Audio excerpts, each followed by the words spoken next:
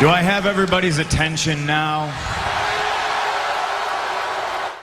Yo les amis, c'est Kachatra Pachino parle 4 jours de revue de SmackDown du 3 septembre 2021. Et avant de commencer la vidéo, j'aimerais vous demander de liker, de commenter, de vous abonner, de partager. C'est extrêmement important pour développer cette chaîne. Nous allons devant des 350 abonnés avant la fin septembre les amis. Et tout d'abord, avant de commencer cette vidéo, j'aimerais m'excuser parce que j'ai des... pour le son, parce que le son là est de mauvaise qualité. Je dois enregistrer sur mon téléphone, etc. Ensuite faire, bon, vous connaissez. En fait, bon, j'ai un problème avec mon micro passe plus sur l'ordi, donc le temps que je remédie à ça, donc je vais devoir commenter ça, faire comme ça maintenant. Donc excusez-moi d'avance pour la qualité sonore. Donc on ouvre directement les choses sur les Usos qui arrivent sur le ring, observés par Roman Reigns et Paul Heyman qui sont dans leur locker room. Donc ils se demandent pourquoi les Street Profits sont venus mettre leur nez dans leurs affaires la semaine dernière. Ils veulent sans doute se faire un nom sur leur dos, mais ils disent que c'est un manque de respect à leur famille et leur demandent de venir faire leurs preuves. Les Street Profits arrivent et ils disent que les Usos sont des débiles et qu'ils ne peuvent rien faire sans l'accord du chef de tribu Roman Reigns. Donc ce qui nous mène au premier match de la soirée, les Usos font face aux Street Profits. Le match n'est pas pour le titre bien sûr. Donc sur le ring c'est pas mal. Donc c'est deux équipes qui sont très dynamiques et qui sont... Les Street Profits ont fait leur retour la semaine dernière pour venir aider Finn Balor, qui se faisait attaquer par Bloodlines. Maintenant on les appelle The Bloodlines, c'est officiel, c'est un clan. Donc c'est pas mal, c'est vraiment pas mal. À un moment donné mais en fait le truc c'est quoi? C'est que Jey Uso envoie Montez Ford dans le poteau de coin de ring. Et ensuite il l'envoie encore dans le poteau de coin de ring. Donc l'arbitre signale une disqualification. Donc victoire des Street Profits par disqualification. Ensuite les Usos agressent Angelo Dawkins et l'envoient dans l'escalier. Mais t'as Montez Ford qui fait un crossbody sur les deux pour conclure le segment. Et on voit Roman Reigns et Paul Heyman qui regardent ça depuis leur locker room. Et Roman Reigns n'a pas du tout l'air satisfait de la prestation de ses cousins.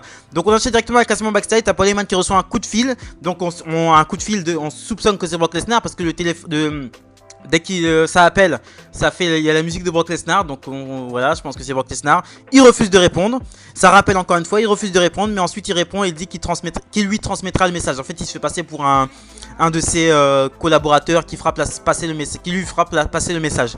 Donc ensuite, il repart et t'as Biggie, il tombe sur Biggie qui se fout de sa gueule avec sa mallette. Donc on tease encore un truc, on tease encore Biggie, on tease le retour de Brock Lesnar. Brock Lesnar sera là la semaine prochaine, ça a été annoncé.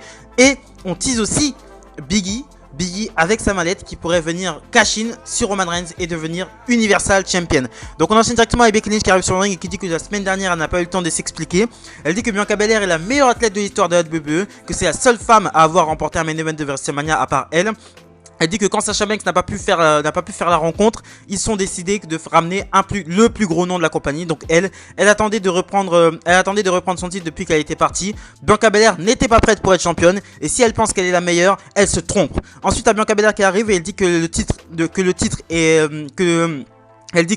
plus qu'un titre pour elle. Elle dit que pour elle, elle a tenu le titre pendant 132 jours et elle l'a perdu en 26 secondes à SummerSlam. Et que ce moment est gravé dans son esprit. Becky Lynch dit qu'elle parle comme si elle la connaissait, mais elle ne la connaît pas. Elle dit que Roman Reigns défend son titre ce soir. Mais pourquoi pas elle? Becky Lynch lui répond qu'elle s'en fout de ce que Roman Reigns fait ce soir et qu'elle refuse de défendre son titre et ensuite elle part avec son titre. Donc Becky Lynch qui est sur un heel turn, clairement, elle devient heel, c'est pas mal. C'est pas mal du tout. Becky Lynch qui a une nouvelle shape. C'est pas du tout le corps qu'elle avait en partant. Elle a vraiment un corps. Elle est vraiment bien. Physiquement, elle est vraiment bien. Je suis pas un grand fan de Becky Lynch en face, mais en heel avec son. Justement, Becky Lynch en fait trop. Elle est dans le surjeu, dans la surenchère. Mais en heel, ça pourrait vraiment marcher. Ça pourrait vraiment donner quelque chose de très sympathique en heel. Et j'attends de voir ce qu'elle va faire du côté de SmackDown. Là, je pense qu'elle est sur un bon moment. Elle a une bonne shape. Elle a tout ce qu'il faut pour réussir. Et on va voir ce qui va se passer entre elle et Bianca Belair. Surtout Bianca Belair est sur une défaite. Elle a perdu en 26 secondes à SummerSlam contre Becky Lynch. Donc on va voir comment ça va se dérouler cette rivalité. On enchaîne ensuite avec un match, les débuts. Je pense que c'est les débuts. J'ai pas vu SmackDown la semaine dernière. Rick Boogs fait face à Dolph Ziggler. Donc Rick Boogs est accompagné de Nakamura et Dolph Ziggler de Robert Roode. Donc c'est une démonstration de force. Dolph Ziggler n'a placé qu'un DDT. Ensuite il tente un super kick mais se fait prendre en power slam pour la victoire de Rick Boogs qui fait des très bons débuts. On enchaîne directement avec un segment backstage. T'as Adam Pearce et Sonya Deville qui informent Becky Lynch que Bianca Belair aura bien un rematch pour le titre avec Extreme Rules et qu'il y aura une signature de contrat la semaine prochaine entre les deux. On enchaîne ensuite avec Cesaro contre Seth Rollins. Voilà, bon échange, on a eu un droit à du bon catch sur le ring. Bah, de toute façon, avec Cesaro et Seth Rollins, c'est compliqué de faire quelque chose de mauvais.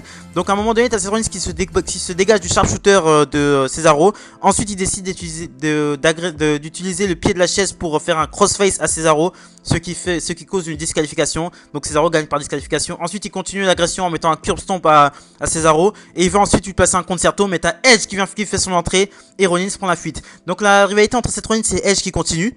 Et qui continue pour mon plaisir parce que j'aime beaucoup Seth Rollins, j'aime beaucoup Edge et franchement ouais, ça peut nous donner quelque chose de sympa. Leur match à SummerSlam a été clairement show stealer, faut dire la vérité, ça a été le show stealer. J'ai adoré leur match à SummerSlam, c'était le meilleur match de SummerSlam sans discussion possible et j'ai vraiment hâte qu'ils nous en redonnent encore et j'en réclame encore. Du Seth Rollins, du Edge, j'en réclame encore. La rivalité est très bien construite, ces deux catcheurs qui se ressemblent sans se ressembler, donc c'est extrêmement intéressant de voir ce qu'ils vont faire avec eux par la suite. On enchaîne directement avec Paul Heyman. Paul Heyman qui dit à Roman Reigns, qui vient voir Roman Reigns et qui lui dit qu'ils ont un problème. Roman Reigns lui dit qu'il n'y a aucun problème puisqu'il va écraser Finn Balor. Paul Heyman lui dit que ça concerne Brock Lesnar. Roman Reigns dit qu'il va écraser Brock Lesnar et Paul Heyman qui nous annonce que Brock Lesnar sera là la semaine prochaine. On enchaîne directement avec Edge.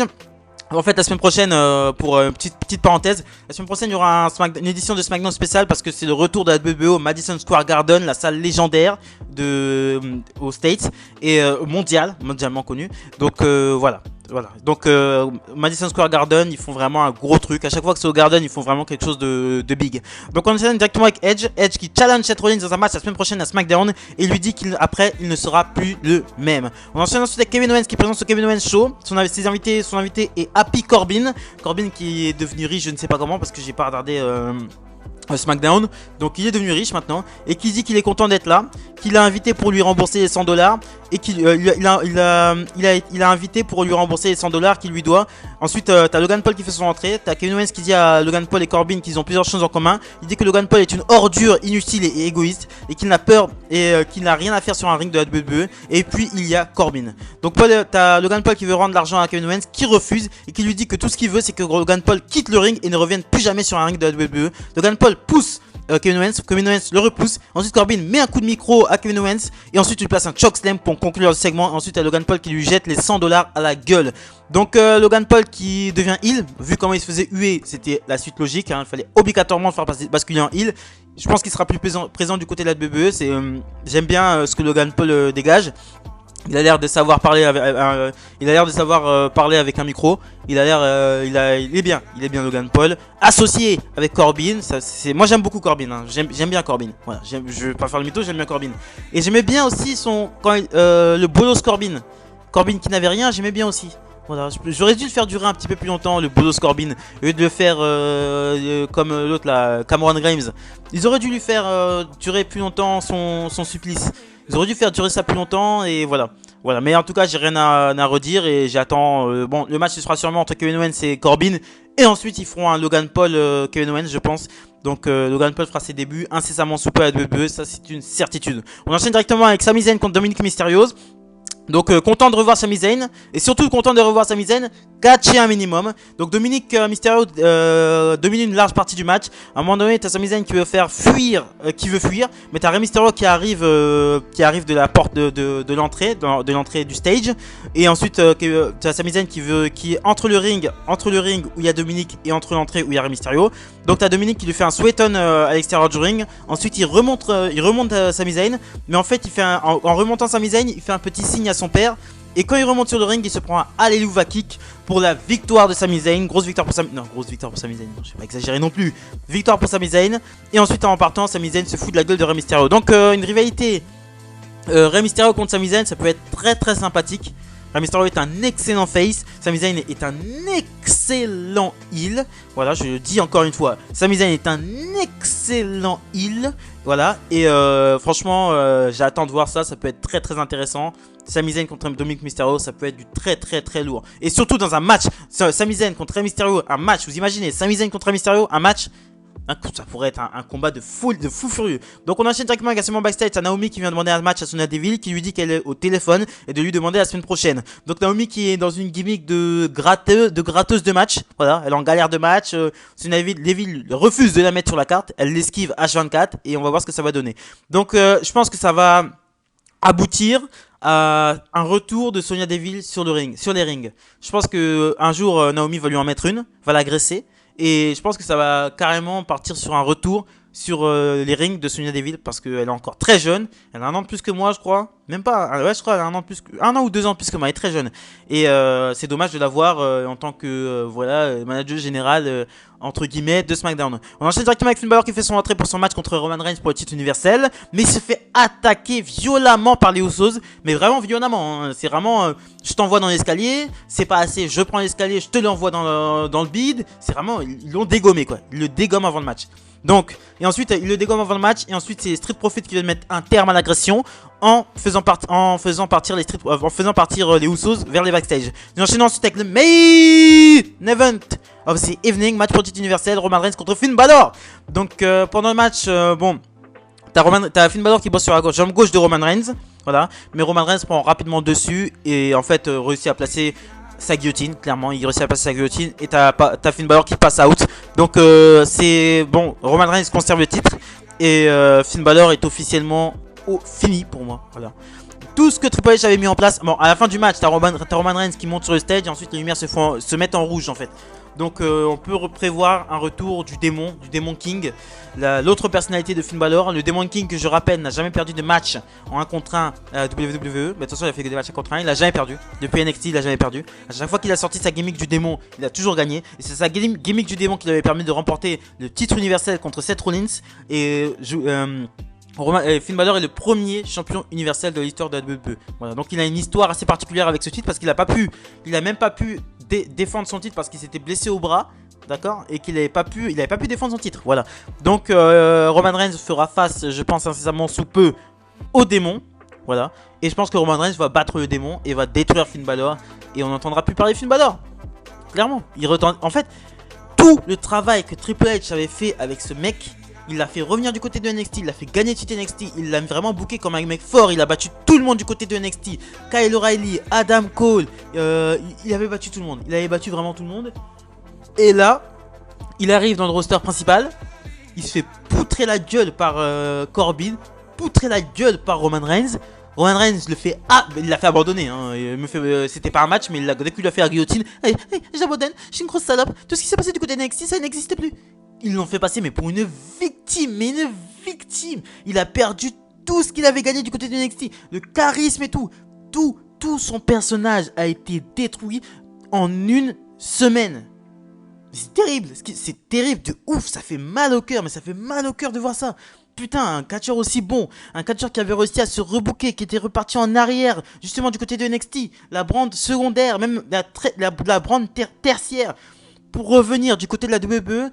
Ça me fait chier qu'il soit traité comme ça, mais ça me fait chier quoi. Donner en pâture à Roman Reigns. Ils auraient pu lui donner quelqu'un d'autre à Roman Reigns. Des faces à SmackDown, c'est pas ce qui manque. C'est vraiment pas ce qui manque. Ils auraient pu lui donner Nakamura, ça aurait pu donner un match très intéressant, Roman Reigns contre Nakamura. En plus, il y a Rick Books, il aurait pu venir contrer des fois les Usos et tout. Ça aurait pu donner quelque chose d'intéressant. T'aurais foutu Finn Balor dans une rivalité avec Corbin, ça aurait pu aussi donner quelque chose d'intéressant.